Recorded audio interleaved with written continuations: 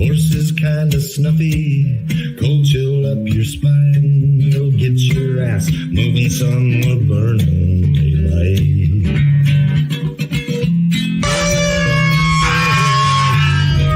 Howdy there, I'm Matt McKinley and we're burning daylight. In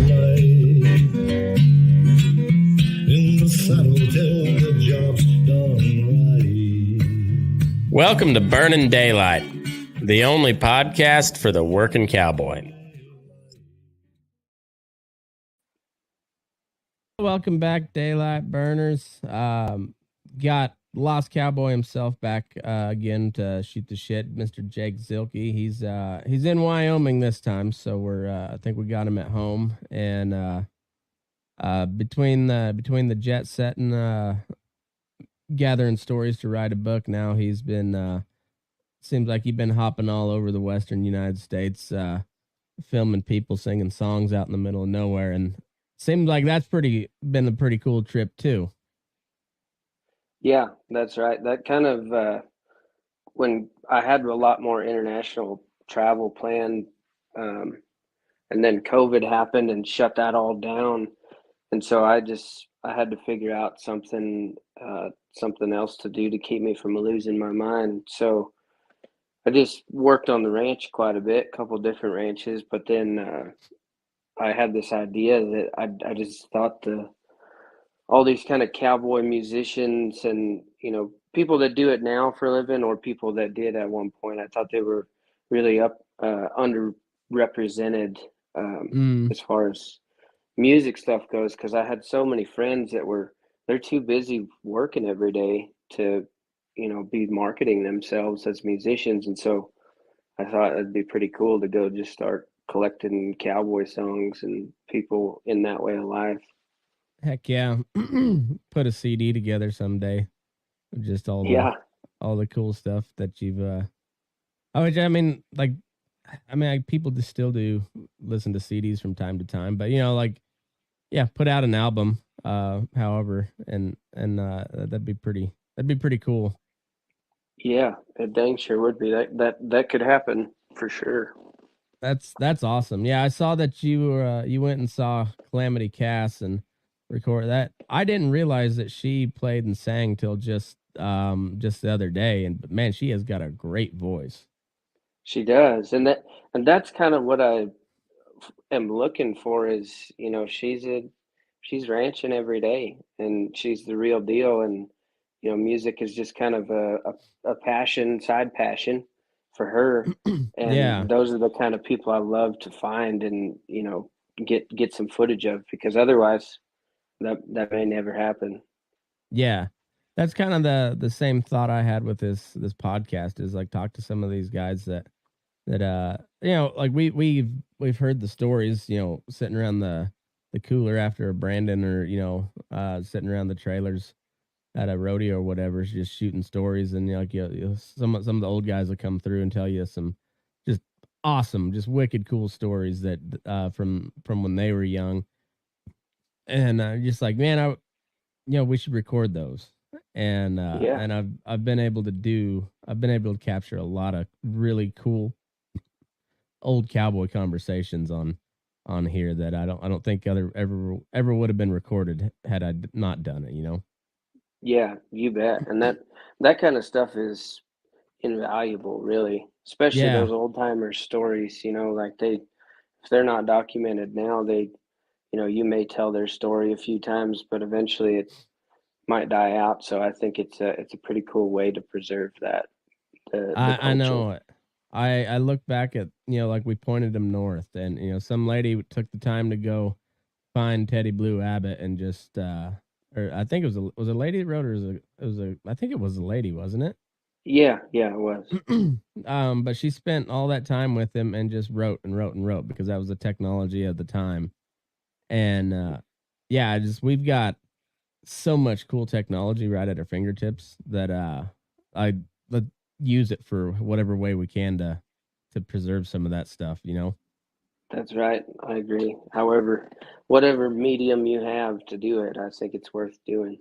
I think it's and the good and the bad of the internet is just like, once it's up there, it's up there. Like, it's out it's out into the world, and like you can't ever really properly like shut it down. Like there's somewhere out there, it's there, and and that, I mean, like for good or for bad or for worse, it's always out there, and if somebody tries hard enough, they can find it, and that's also cool because there's how much stuff has just been lost to time that that we don't even know.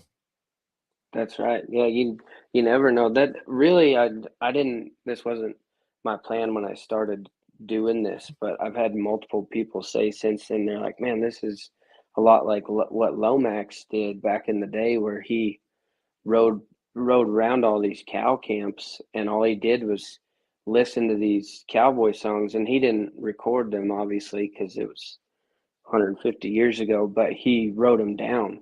And so a lot of Yeah, these songs, The Man in the Continental Suit, and all these like old cowboy songs that we have now, the only reason they're still around is because Lomax went out and rode around to cow camps and just collected songs from these people, wrote them down.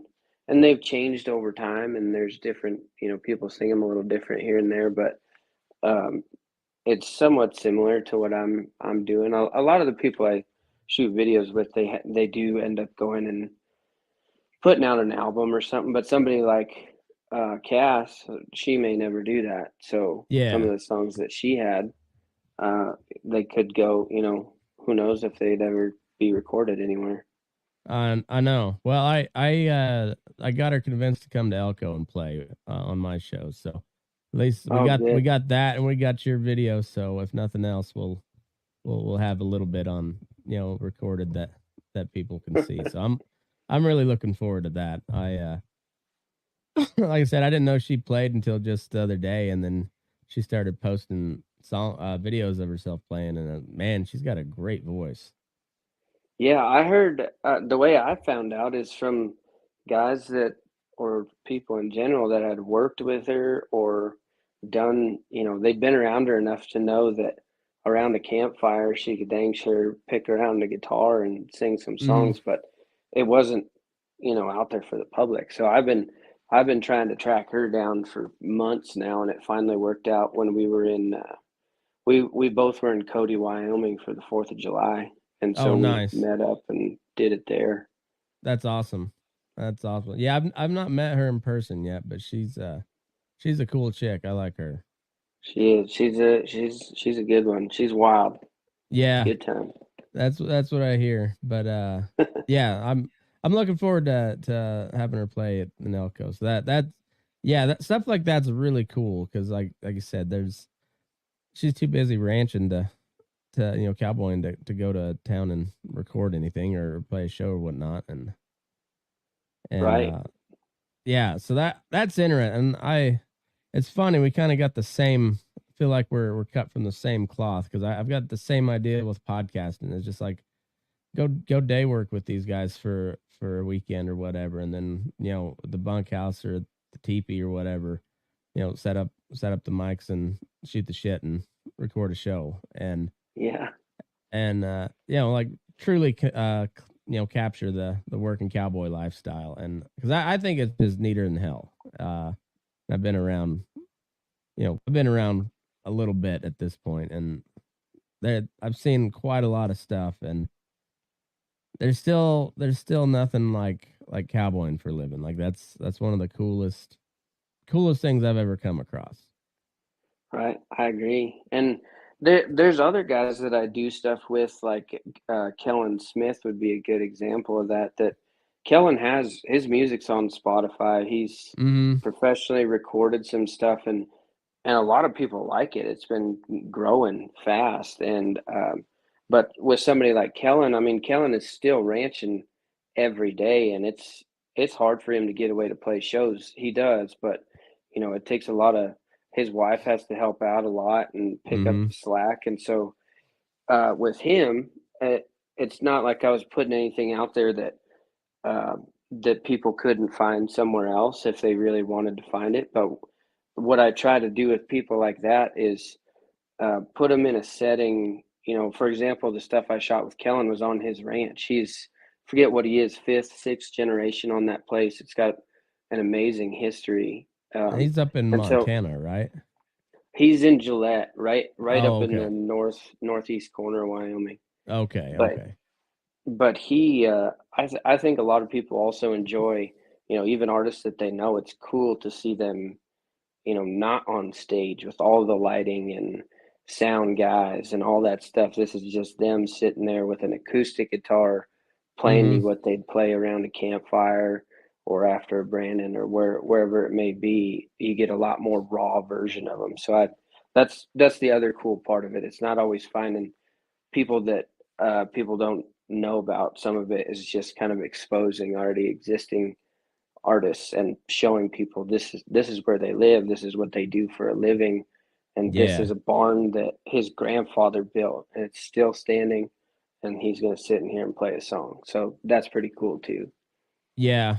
Yeah, I think that's really cool too. I mean, like it's neat when you like cuz sometimes these musicians are just that they're musicians and nothing else, and they don't have much experience of life outside of just playing music. But like when say like Core Blund is a really interesting person. Like I don't know how much of a cowboy he is, but he's been around it enough that he knows what's going on. And Hmm. I don't know how good of a hand he is, but I know he knows what the lifestyle is all about. Right. But that guy is just an interesting cat. He knows a lot of shit. He's funny, and he's got some really cool stories. And when I got to talk to him here on my show, it was just an hour of Corb that a lot of people had never heard, and it was really cool. Right. I agree. Getting to see the other side of musicians that people don't really see. And Corbin's he's done a lot of cool stuff getting back. I think I heard the story of him writing that uh I can't remember which song he wrote, but 90 he was seconds of your time. packing. Yeah, that one. I Yeah, I saw a video of that and I thought, man, that's what a crazy story. yeah. I he said it was the first time he'd told it publicly on my show, but I don't know how much I believe that. I think he might have been schmoozing me. I think he might have been showmaning me, but he probably told it before that. But either way, he told it on the show, and it was that's a really cool story. You know, like uh even if he embellished it a little bit, like that's a hell of a story, and it's worth writing a song over. You know.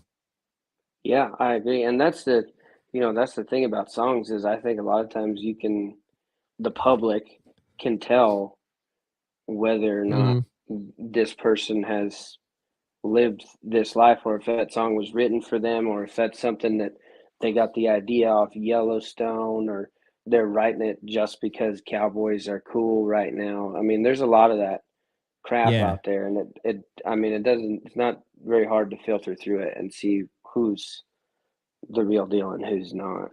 Right. And that's I mean, and it's been like that for a while too. You know, like there's a reason Chris Ledoux was so popular among the rodeo crowd and the cowboy crowd. Same way with Ian Tyson and Dave Stamey. Like there's you don't hear much of those. Like Ian Tyson was he kind of transcended just playing cowboy music a little bit more than, but Dave Stamey you don't hear about him outside of the just like the working cowboy world. He's Right, exactly. like he's a niche, but like and I've heard guys say he's not much of a hand at all, but he's at least been out there and done it. And so like that's what makes his songs so much better. Right. And I think a lot of the stuff that he writes too, as far as I know, has a lot of historical relevance. You can tell that even Yeah. if he wasn't there, a lot of the stuff he writes about historical events or, whatever, maybe they're Mhm. fictional characters, but a lot of it is true. And there was a lot of time put into, making sure that made sense and all the facts in it were true. Oh, he's a hell of a songwriter. I'm gonna be talking to him later this week on the show, so I'm looking forward to picking his brain on writing some like because he's got a it's like called Montana Homestead 1873 or something along those lines. I can't remember the exact name of the song, but that whole album's a bunch of kind of historical songs, and I'm a history nerd, so like that shit's right up my alley. Yeah, I agree. I think that's sweet. He's a guy that I've still yet to track down and shoot a video with, but it's a bucket list item. All right. Well, I don't know if I'm supposed to, but I think you should go find him, and I'll forward a number along for you. Oh, that'd be I sweet. normally don't do that, but I think he's a good fit. It'd be worth it. And yeah, he'd be a cool one. I'm looking forward to talking to him. I've met him in Elko this past year, just very briefly spoke with him, and I'm still trying to get Ramblin' Jack on the show too, and like that's time's running short. You know, he's an old man, so it's Right. I'm trying to get that done, but Yeah, that I'm would be hoping I sweet. can. Like, that guy is another one where he's like a Forrest Gump character where he's just seen everything, you know? Yeah, he's been everywhere, done everything. Yeah, like him. Boots O'Neill's kind of the same way, you know. Like you think of him just as a Texas rancher, and he is, but that guy's been a lot of different places,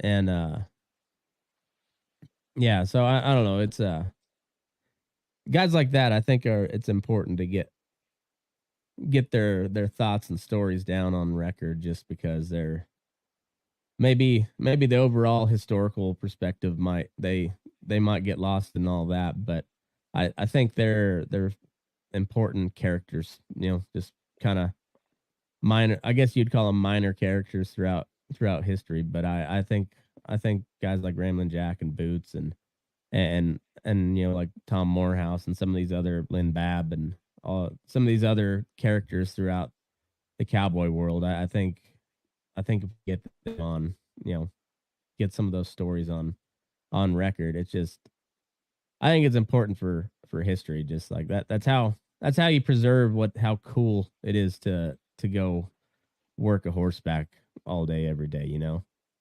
That's right. Have you had Gail on your show? Gail, Gail Steger?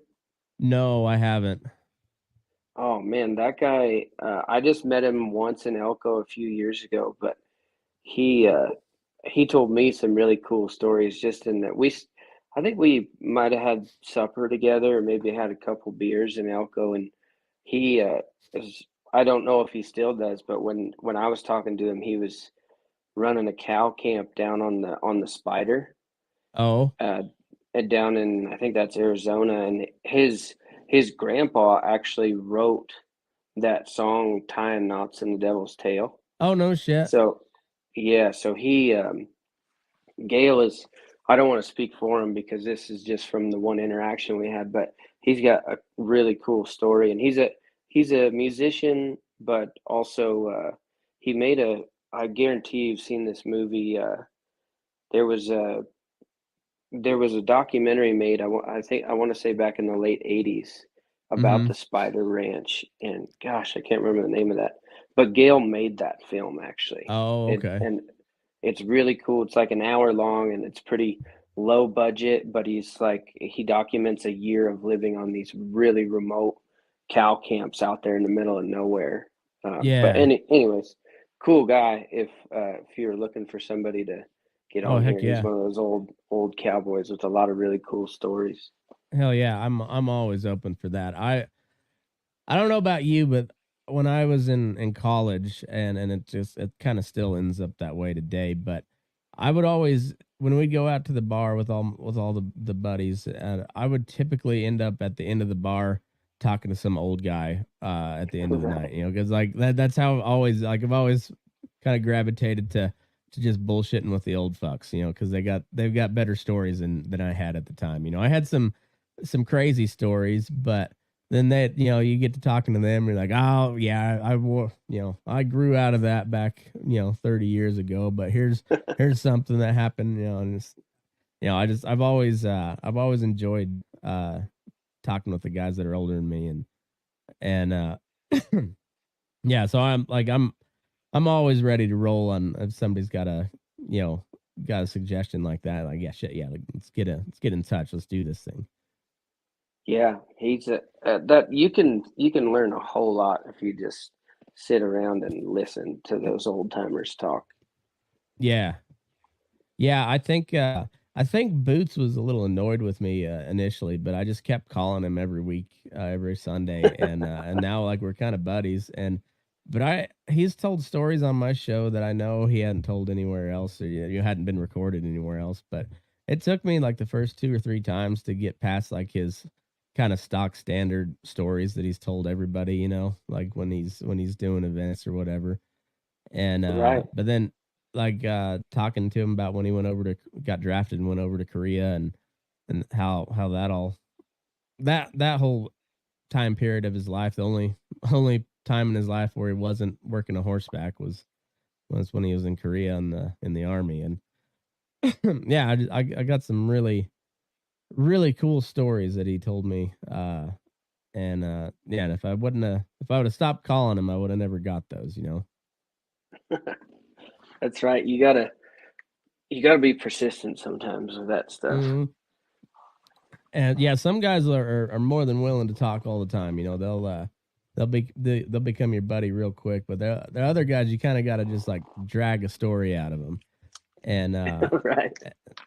and Boots is kind of that way sometimes. Like he's just an old cowboy though. Just he's not used to being around talking to anybody but other cowboys. So it's Yeah, and some of those old guys, they're just very kind of stoic, and mm, they're not super outgoing people that they want everybody to know their story. Now, if you are genuinely interested, they might be willing to tell you some stories. But some people are happy to tell you their stories, but I feel like a lot of those guys are you got to kind of work with them to get it out of them. yeah. I've and then there's you got to be persistent on some of them, and sometimes like you got to just stop asking because it's not going to happen. And you don't want to piss a guy off. And but yeah, I don't know. It's a kind of a fine line. You gotta kind of drag it out of them because it's a great story. You've heard it before, so you just want to hear it, so everybody else gets the pleasure of hearing something cool. And yeah, they're pretty reluctant sometimes, but that I don't think that's a bad thing. It's the guy that typically in a crew that talks the least probably knows the most, or they're brand new. Like outside of the brand new guy, the guy that talks the least probably knows a whole lot. I agree. Couldn't agree more with that. Yeah, and but then there's also some sure enough hand that just don't ever shut the fuck up either. So it's you got the opposite end of the spectrum. Um but yeah, like there's I don't know, it just like there's a lot of wisdom in those guys that don't talk a whole lot. Yeah, I agree, and it almost means more when you can, Yeah. it's just like soft spoken people. Um, well, either you get steamrolled, or if you're somebody that people want to hear what you have to say, you don't need to speak up to say it. Everybody will get quieter to hear what you have to say because what you have to say is important. And I think the same is true when you say less. And when you finally do pipe up, people are sitting there ready to listen because they want to see what you've got stored up in there. Yeah. Yeah, there's definitely a lot of those guys where it's just like just if he speaks up, make sure you're listening because that guy don't talk a whole lot. So it's just yeah. And it, there's also times where there's been a guy that I thought he was one of those. Maybe he was a pretty good hand, but maybe he was just a little bit wiser. But then he spoke up and he had like a real high pitched voice, and it was like it was not a flattering voice. And I'm like, I get why he don't talk much. Poor bugger. Yeah, it's like that's unfortunate. Like you ever look at somebody and you just go like, that is really unfortunate. Right. I was in Memphis for this past week, and I was at Freedom Fest. It was like a libertarian conservative type convention. I went with with my dad and one of my older sisters. Memphis is a cool town. Have you ever been? I've never been that far. Well, no, I don't. No, I don't think I've ever been to that part of Tennessee. Memphis is a fun time. Like it's I don't know what the percentage wise is, but it's one of the blackest cities in America, and it's like right on the Mississippi River. So there's a lot of good seafood and blues music and it is hot and muggy, but man, it's the people are fucking cool. I really enjoyed Memphis, but I forget where I was going with that point, but My favorite band in the world is from Memphis, Lucero. Lucero's they're good shit. I like Lucero. Yeah, What were we I'm pretty talking sure all about those. before we went off on this tangent? Unfortunate. Right. Yeah. So I was at Freedom Fest. Sorry, I don't want to, before I lose it again, but there was this little fella. I mean, I don't know how old he was, but he looked like he was in his like mid 60s, and he looked just kind of like a garden gnome. He was probably 3.5 foot tall, and he had a like a wood cane, long beard, and he had something weird with his feet too. Like one of his feet was really big compared to the rest of him, and and just look at him and just like seemed like he was a cool guy. There was people talking to him all the time. I didn't stop and visit with him, but mostly because I didn't trust myself to not say something really stupid, you know. I wanted to talk to the guy, but also I didn't want to offend him, and I was like, there's probably a good chance I'll just say something that backhanded that I didn't mean in that way, but they take it wrong, and so I avoided him, but I looked at, I was like, that is unfortunate, you know, like especially if he's a cool guy, you're just like, man, that is really unfortunate, but also maybe if he was better, you know, built normal, he might be a douchebag. You never know. Maybe he's a cool guy because of having an unfortunate life, you know. Yeah, that's exactly right. A lot of times the things that make people the most, unique is the rougher things that have happened to them. Yeah, yeah, it's wild, but he like I said, he was always talking to somebody when I saw him, but so it seemed like he must have been a pretty nice dude, but just He's look running at for it. president this next election. Yeah, I'd vote for him. I'd vote for him. Because I mean, there's a non-zero chance that he could use his cane to summon some sort of magic spell. Worth a vote in my book. That's right. He no, I just it was one like just like I had a lot of questions, like I said, but I didn't want to. I really just didn't want to offend the guy, so I just let it be. And I was like, but there, I don't know what all he had going on, but it was not anything that I had seen before, you know. And it's like, yeah, just don't even broach the topic. We'll just keep moving. That's right. But you probably walk past 1,000 people at that deal that you'll never think of again, and you'll dang sure remember that guy. Oh, I'll always remember that guy. I sent my wife a picture and said I thought about asking him to come live in your garden. And, Oh man. I know it's bad. It's bad. Like I said, I think he was probably a really nice guy, and I feel bad, but I can't not say it. You know, it's funny. Comedy's comedy, man. That's right.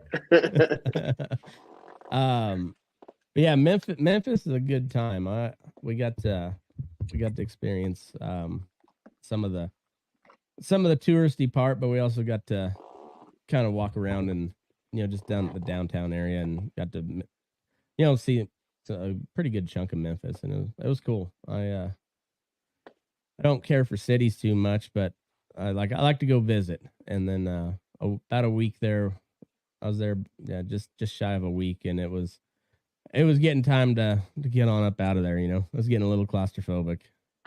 Yeah, I'm the same way. I don't like being in cities at all, but I do. If you can spend a few days there, it is interesting to see because cities have an entire each one has an entire culture of their own that, Mm, and history. I remember thinking that when I was in Mexico City. I mean, I hated being there. I don't know how there's like 50 million people or something in Mexico that's the City. biggest city on earth, isn't it? Yeah, yeah, and it is huge, and it's actually built, if I remember right, it's actually built on a dried up lake bed.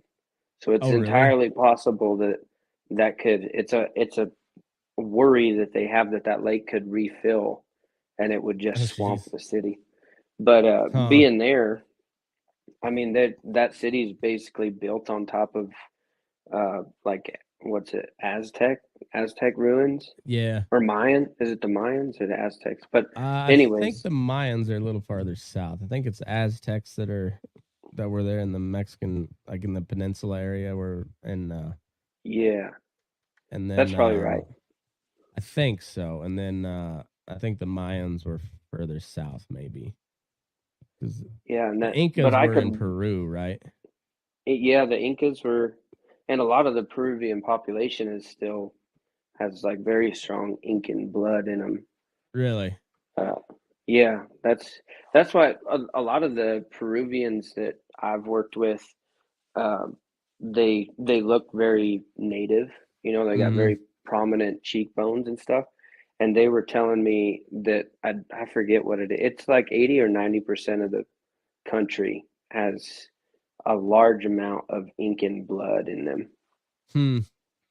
Yeah, because Mexico, there like there's pockets where it's a lot of native, uh, majority native blood, but for the most part, they're pretty intermingled with the Spaniards and the natives. Like they're kind of a Right. distinct kind of half breed, I guess.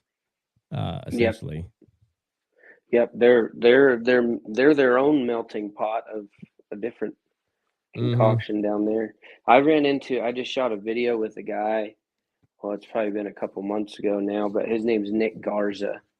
And Mm-hmm. Nick is from Texas, and he is a 13th generation Texan, and he actually has the paperwork that I don't know what the ships were called, but they were basically the Spanish version of the Mayflower, Oh, and okay.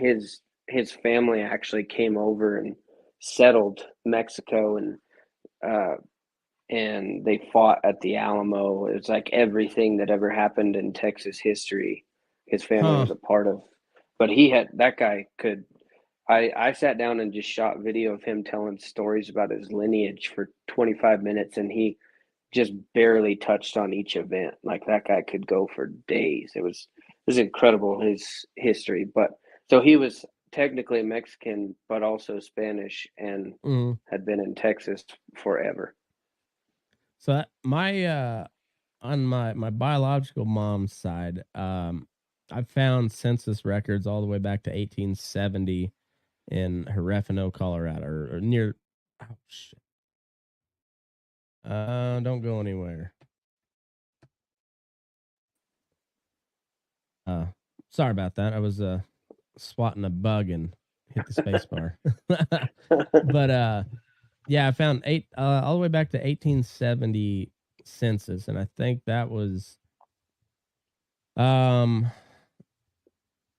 so that'd have been one like the probably the third census in that part of the world. So it'd have been New Mexico territory at the time. Um, hmm and so I'm sure they had been there for at least a century by that point. If they had made it all the way up to southern Colorado from Mexico, Yeah, no they'd doubt. they'd been there for a hot minute, and so like they were there when it was Spain, probably Spain, and then Mexico, and then finally USA. Right. They were probably there when it was nothing other than native Yeah, land. it always cracks me up about us guys from west of Kansas that you know like when the whole Civil War debate comes up, we're like, man, we really didn't have a dog in that fight. Everybody out here was just mountain men and Indians. That was the only people out here. There was maybe a handful of ranchers, but not many. I just actually up in Montana the other day. My buddy from Texas was up visiting, and he called me a Yankee, and I was like, man. Wyoming wasn't even a state when that stuff was going on. Like we're Yeah. we ain't Yankees. I don't know. I don't know what you'd call us, but Yeah. not that. Yeah, it's one of those, like, I saw a guy, it's been forever ago, but he had a Colorado native tattoo, and then he also had a Confederate flag tattoo that said the South will rise again. And I'm just like,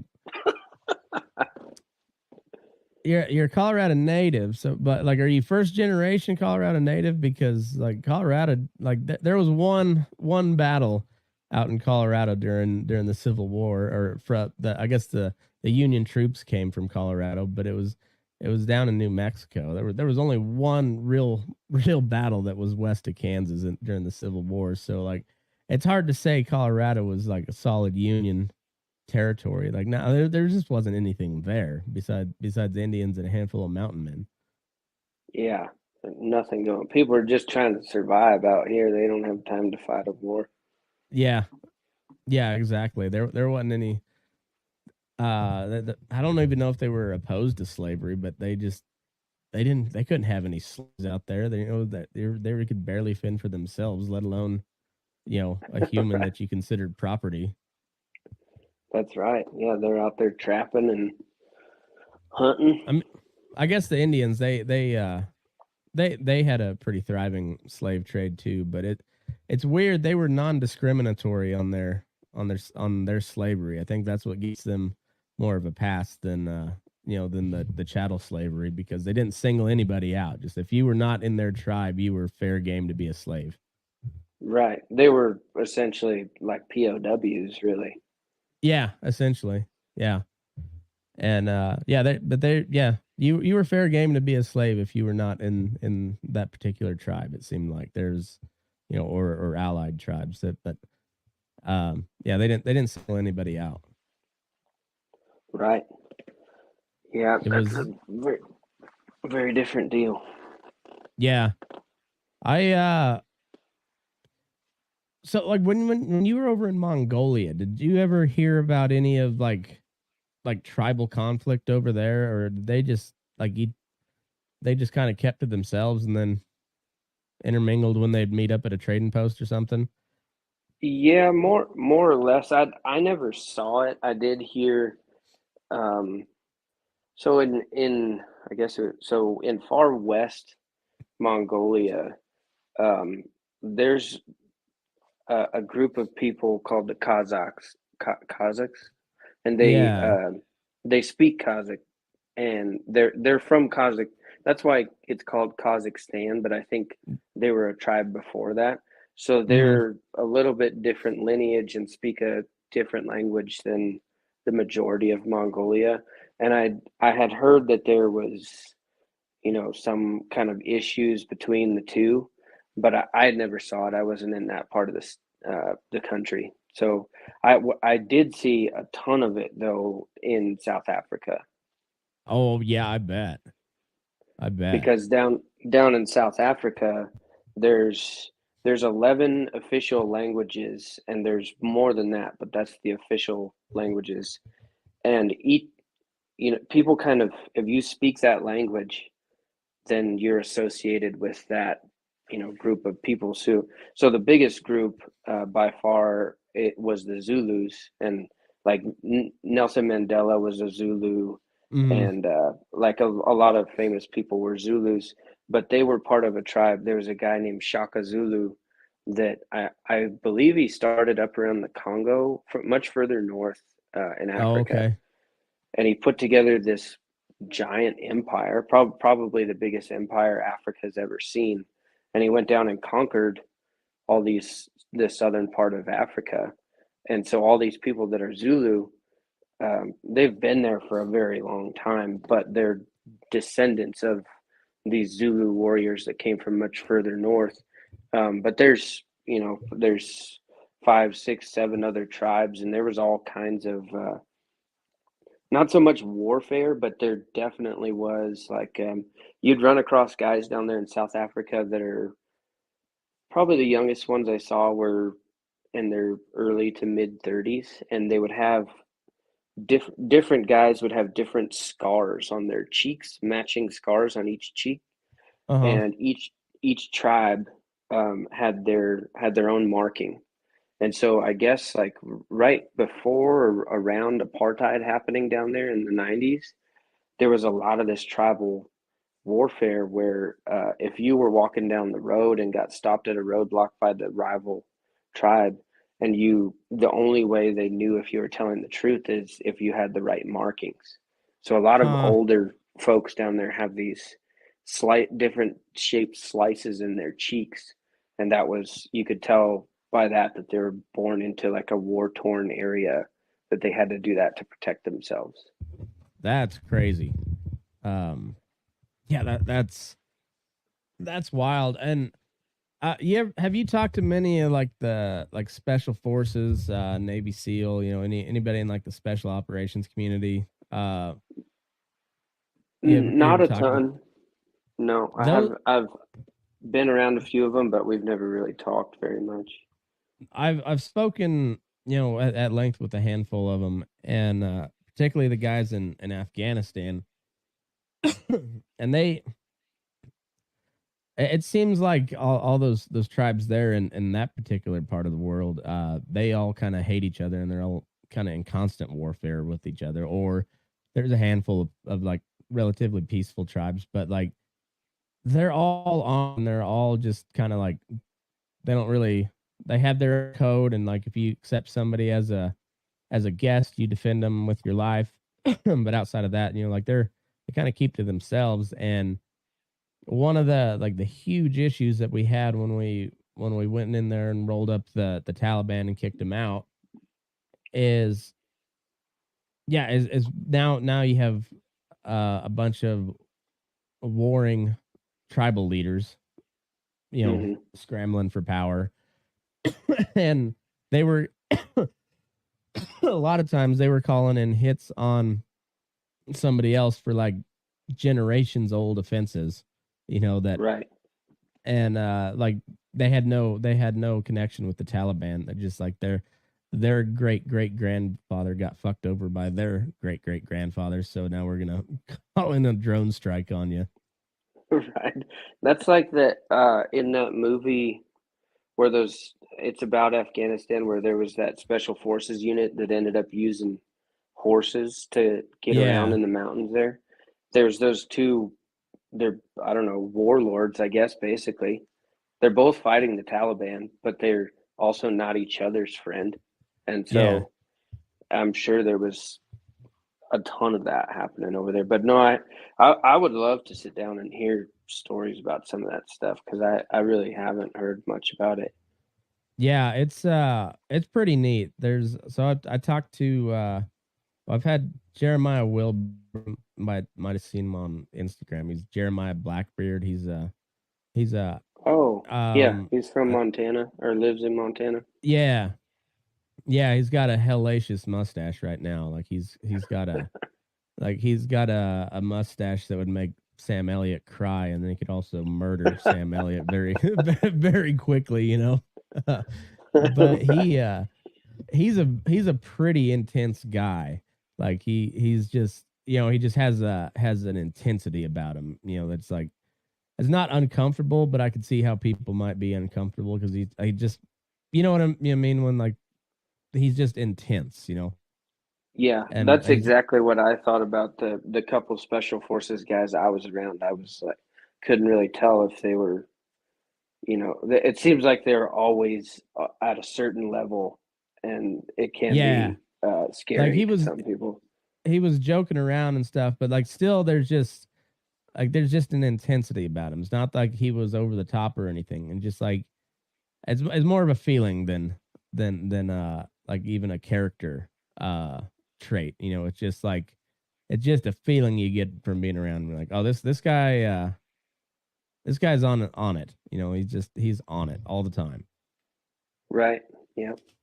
Like I'm sure he's I just like constantly scanning, and it's just been ingrained in him, just always looking at right. whatever. I I listened to a podcast with Marcus Luttrell and what's his Kennedy? What's his first name? Oh, Tim Kennedy. Tim Kennedy. Yeah, I listened to Yeah. them on Marcus Luttrell's podcast, and they were telling a story about something kind of weird happened in Marcus's neighborhood, and his wife was home, and I don't know, but listening to those two guys just like and this is not overseas, this is at home protecting their own houses, and just listen to them have a conversation back and forth about that. They're talking about stuff that is just mind blowing, and they're just like, right, check, yep, got it, and they know, like, they're just to a whole nother level intense, but they're like ready for anything, and I thought that was so cool. So on that same type of topic, I was listening to I can't remember if it was on the old when he was still on Drinking Bros podcast, or if it was on the Black. I think it had to have been on Drinking Bros podcast, but it was Evan Hafer, the CEO of Black Rifle, and I forget who all was on it, but they were talking about they were in Salt Lake at their their main facility is in Salt Lake, or that's like their first big facility. And it was late at night, working late. And then there was, like the camera and the alarms went off, and there was somebody like in the parking lot area or something. And next thing he knew, that poor bastard had like 15 handguns pointed at his face, and they were all by like, all held by veterans who had varying levels of PTSD, and it's like you picked the wrong place to try to break into tonight, buddy. Holy shit. Yeah, no kidding. That is not a smart thing to do. Yeah, that's one place. Like, I wouldn't recommend trying to rob any of their locations. You shouldn't even be snooping around, even if you ain't stealing. No, nothing. Just buy your coffee and be gone. That's right. Yeah, it was pretty funny. Like, he was, the way he described it. Yeah, there's just like 15 guys just screaming at this poor bastard, and they've all got a Glock trained on him. Oh man, that's hardcore. Yeah, it's funny. Like, I get those guys a lot, except for the whole getting shot at part. Like, I haven't experienced that part yet, but like a lot of cowboying's the same way. It's a lot of boredom for a large part of the day, and then just like, but you've got to be ready to like go at any point. Some shit might happen, and you got to be ready to go. And then That's you just right. you don't quit till you're done. Like, when you're done, you're done. Then there's not really a quitting time. Right. Yep. That's exactly right. So I don't know. There's a really similar mentality between those two particular communities that I've kind of found out over the years. Yeah, and I know that Buster Frierson has worked with quite a few veterans, like helping them. It's a transition from coming back from war into ranching, and Yeah. There's another charity up at I think it's a charity up. Or I know that that Jeremiah Blackbeard guy is a part of it, and they specifically place veterans in ranch jobs, but I think they also put them through a camp and stuff, and Oh, like yeah. kind of, it's like cowboy camp. You learn, because some of these guys maybe have never even touched a horse, Right. so teach them how to saddle, teach them, what happens on a ranch, ethics of what goes on out there. And from my understanding, a lot of them have just gone and thrived in the ranching world after that. Yeah, I know. I'm not aware of that particular program, but I know there's a couple kind of charity organizations that do something like that. And then I know the one that Jeremiah is really involved with is the same, but it's with battered women, and particularly the Native women. Mm-hmm. And so like they do a lot of a lot of search and rescue type stuff with like with Native women, particularly in like the trafficking side of things. And um I say he's an intense guy, but I understand why. Like he's Yeah. like he's into some hardcore shit, and if he's not doing that, then he's like training for some crazy race, or he's out packing in the wilderness, and he just he's a cool son bitch. I really like him, and yeah, there's a lot of cool stories, particularly from that. And I want to say like Army Special Forces in particular, because they're more than anybody else in that community, they're tasked with like raising up an indigenous fighting force. So they're some of the most cultured people you'll ever meet in your life, because they have been down in the shit with like whoever they're whatever country they're in. Like they're in with like the poorest of the poor, Right. trying to raise up a fighting force, and a lot of times failing while they're doing so. Like they're not set up to succeed a lot of times, it seems like. But like they just have a different view of the world than just about anybody I know. Yeah, I can imagine Like after all, outside of like seeing stuff. missionaries, maybe, like missionaries have that kind of same type of worldview, just from a little different lens, I guess. Sure. Yeah. And I don't know, it's interesting. I haven't been out of the country hardly at all. And when it was just right over the border in Mexico. But even that's a whole different world. Like once you cross that border, it's a whole different world down there. It dang sure is. Yeah, you gotta. I was talking with a buddy of mine that he's from West Texas, where um, they're pretty close with Mexico, and there's a lot of going back and forth across the border. And he was rodeoing down there, and he had all these guys from up north that they'd come down there and travel with him and rodeo with him, and they're big, tough dudes, and they like to have a little bar fight every now and then. And he was telling them, he said, "Look, you can't do that down here by the border. That's not how things work. That guy might only be 5'5", but we don't fist fight down here. He's gonna kill you if you mess with him." And so that's Well, Mexico's and even he's got more a so that lot of way. cousins too. Yeah, But like a lot of times they don't need that. They just got a knife and they know how to use it. yeah. They're not there to have a sporting bar brawl. They're If you Yeah. mess with them, they're gonna kill you, and It's not the that's Aussies. that. Those Aussies just fucking love to fight. Like Yeah, that's just a normal ass Tuesday night for them. It's like, hey mate, you want to fight? All right, let's go. that's exactly right. I've never seen so many bar fist fights in my life as when I was down there in Australia. I've never been over there, but I've known, and kind of like the white South Africans are kind of the same way too. Yeah, Um, the ones I've been around, they genuinely like to get hit in the face and then hit somebody else in the face, like they just genuinely love it. And yeah. I don't mind getting in a scrap if I have to, but I don't care for it, it's not at the top of my list of things to do that particular day.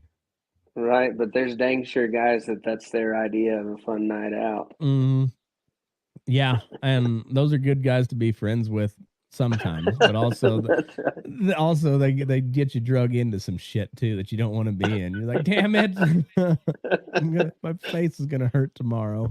That's right. That's when it is very beneficial to be a wrestler, or to have some sort of wrestling background at all, because just take it to the ground and just about nobody knows what to do, and then you've got it won. Yeah, just end it. I was not a great wrestler by any means, but I think that's one of the best foundations you could ever have for just for like self-defense stuff. Yeah, Because when I was when I was in Rome, and I walked down to the end of this block where I was staying in the middle of the block, and there was a bunch of people I knew there. I had just met them. It was a hostel. but we were all just hanging out outside, and I ran out of cigarettes because I was smoking at that time. And down at the end of the block was in Europe, they've got cigarette vending machines everywhere. So I walked How's down. the chew situation over there? Probably none, huh? There's none. Some of those Scandinavian countries will, like in Sweden, a lot of those guys chew um, like pouches Yeah. or like zins kind of. Yeah. But that's why I've never smoked other than when I go travel and run out of chew.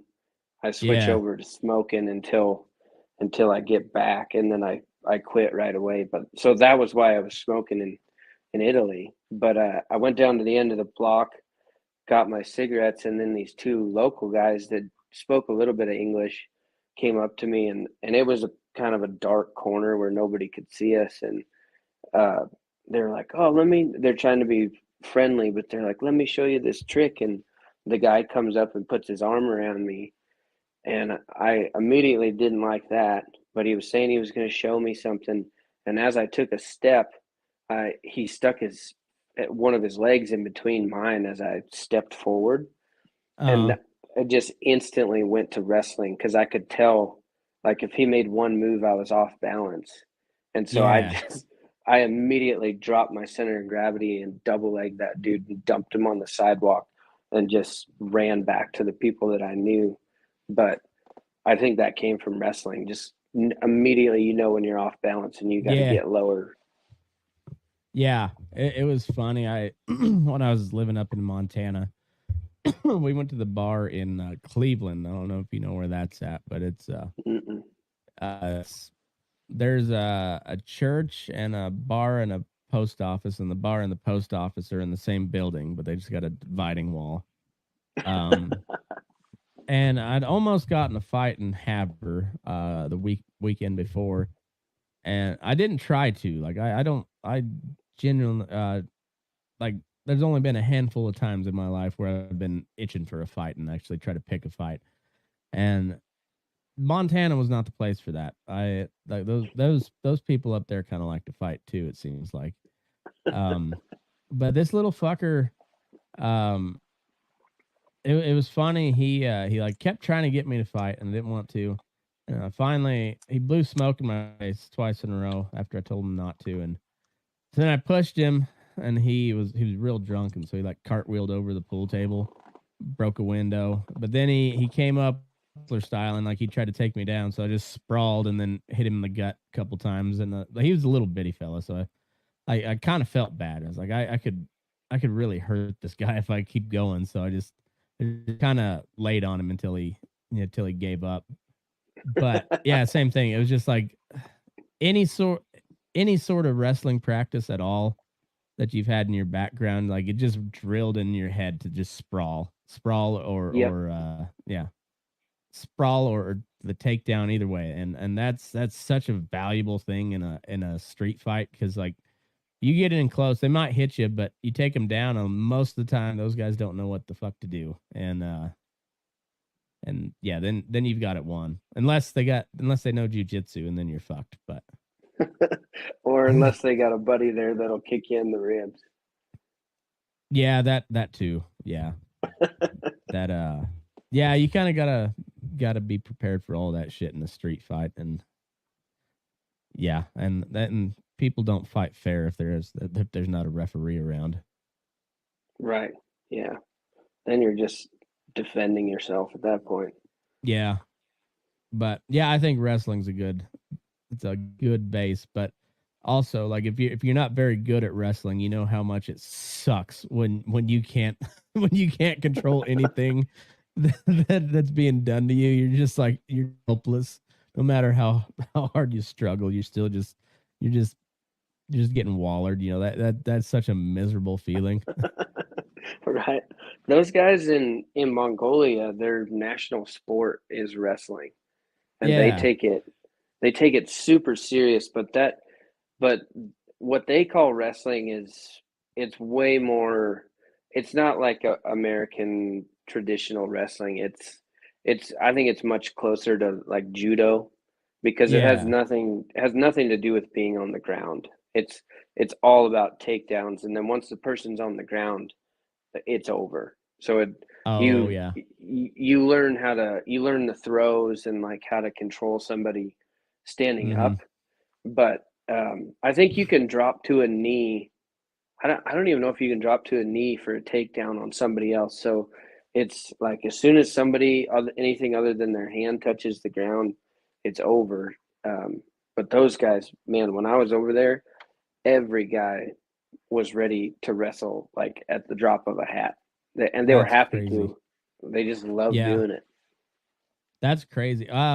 So I'm guessing wrist control is a huge thing in their style of wrestling. Yeah, that's pretty much it is wrist control or they would get you, it would be like in judo, like if somebody gets a hold of your gi right up on your chest. Yeah. That was another like hold that they used a lot where they'd get a hold of your shirt collar, but it's basically And then wrist or shirt collar, and if you lose yeah, and either one then of those, you're done. yeah, and so they get your collar, then you just shift your hips and you're thrown. Yeah, And yeah, exactly. yeah. Huh. Interesting. That's I act like I know what I'm talking about. I've watched it a lot, but I also wasn't that good at wrestling either. I was I was almost good enough to make it to state, but not quite. Yeah, those were back in the day. I don't know, but it dang Mm, sure sticks with you. It sticks with you for mm. forever. That muscle memory is ingrained. That just the drop in your hips. That like that's such a that's why like you can never have a like a pure contest between MMA and boxing because there is no level change in boxing, like it's all footwork and fists. But like Exactly. yeah, like Francis Ngannou he's gonna box Tyson Fury, which I imagine Tyson Fury will box him up, but I don't know. You never know. Francis Ngannou is a terrifying individual. That guy he has to cut weight to hit the 265 weight limit. Right. He's Yeah, he's a monster. that did not I guess Conor McGregor kind of held his own, but it didn't go well for him. But so No, I he was landed thinking, a I just thought like, who wants to see that again? But if there was going to be a guy, I think Ngannou is probably the guy. I think so because I mean he's probably gonna get outclassed, but he can take you out with one punch. That's there's no joke in those hands. Like that dude is frightening. But if it was an MMA match, all he'd have to do is grab one wrist and and then it's a whole nother fight. That Oh that's a yeah, that's a completely different fight. If he can change levels or grab your wrist and pull you around, like hey, your footwork only does so much until they're up close and they got hands on you. yeah, that would be over in the first round if it was MMA. Yeah, I think so. And unless just Fury was just good enough to keep him, out on the perimeter, but I don't think so. Without some leg kicks or something, and Ngannou's got a chin too, so he could eat a couple on the way in, and then yeah, then it's kind of over. Yeah, I agree. But I'm excited to see that fight. That'll be cool. I know. I really wish Ngannou the UFC though. I want to see him and John Jones. Like that's the fight I want to see. John Jones made old Cyril Gahn look like a bitch. I mean that was over so fast. Yeah, and I think it's so unfortunate now that like there's so much behind the scenes stuff going on in the fight game now, and Hmm. I mean it's part of making money and it's part of building something, but like you know the fact that those two guys can't fight because of a contract, I think is just Yeah, dumb. I know, and especially like I get from the businessman perspective, like they've built the UFC into bigger than boxing at this point, but the fighters don't get paid anywhere near that, but they've been able to do that by keeping their fighter pay low. But like it's a guy like Ngannou. I mean, that's a guy you want to watch fight over and over and over. Just pay the man. Don't Yeah. deprive us of John Jones versus Francis Ngannou. Like that. That's the fight we want to see. Is And Jones is he true? I think he is, but I want to see that fight. yeah, me too. And Ngannou also has one of the coolest stories you'll ever hear about Oh an yeah. MMA fighter, like where he came from. Just that alone is people automatically love him just because of what he had to go through to get to where he is. Well, and then once he got to the UFC, he had same thing. Like he was a wrecking ball until he ran into Stipe, and Stipe starched him, and then he was kind of on a slide for a minute, and then all of a sudden he got back on it. He quit fucking around, and then when he went to fight Cyril Gahn, then all of a sudden he like takes him down and grapples with him. You're like, oh fuck, that big bastard can now grapple too. Like Yeah. that dude is truly terrifying, you know? Like that's a guy you don't ever want to meet in a back alley. Because he just No, literally tear you limb from limb. And absolutely. skillfully. Yeah, he would. Yeah, I want to see that fight though, John Jones and Francis, but I don't know if it'll ever happen. I guess it's Jones and Stipe's coming up. That'll be a good fight. I want to see what Stipe can do, but I mean, he's I guess he lost to Ngannou last. That was his last fight, wasn't it? I think so. I don't follow that stuff super close. I've been following it a little closer here the last couple of years, but I think Stipe, yeah, because he beat Cormier for the heavyweight title. It was he beat him the last two times, and then I think he lost to Ngannou, and I don't think he's fought since then. So now he's gonna fight John Jones for the title, and What a comeback fight. That'd be yeah, tough. if he manages to pull that off, that's like I've always thought Stipe is an underrated guy. He's not flashy, so he doesn't get the headlines, but he's a hell of a fighter, and if he beats Jones, man, that's that'll throw everything in a mix. You know, I don't see it happening, but it could. Yeah.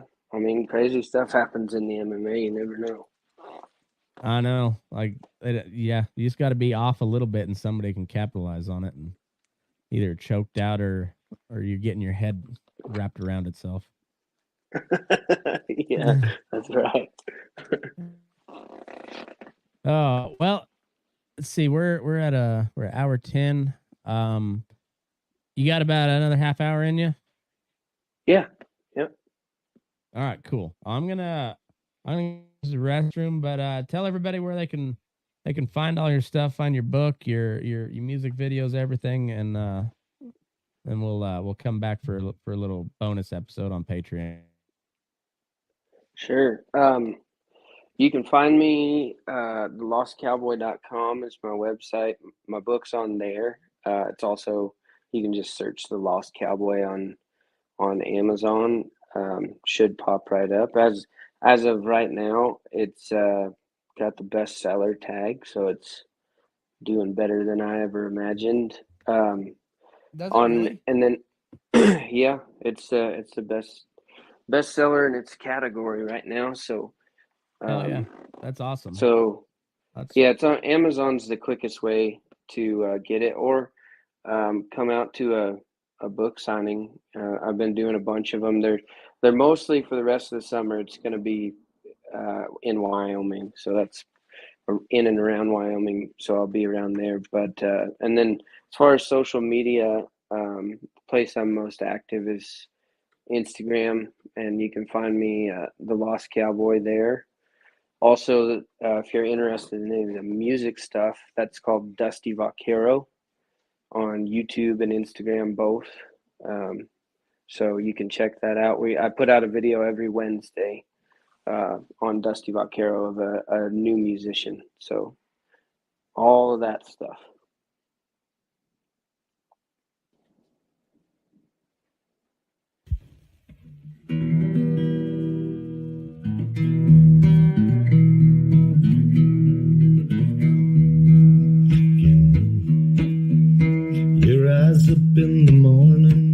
beneath the stars so bright.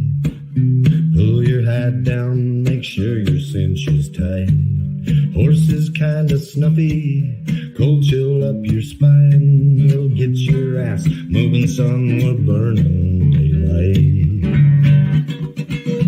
Burning daylight. Burning daylight. In the saddle till the job's done right.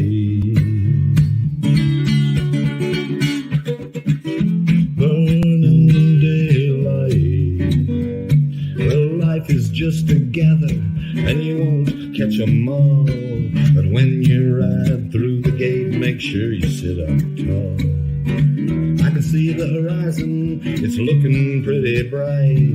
Well, get your ass moving, son, we're burning daylight.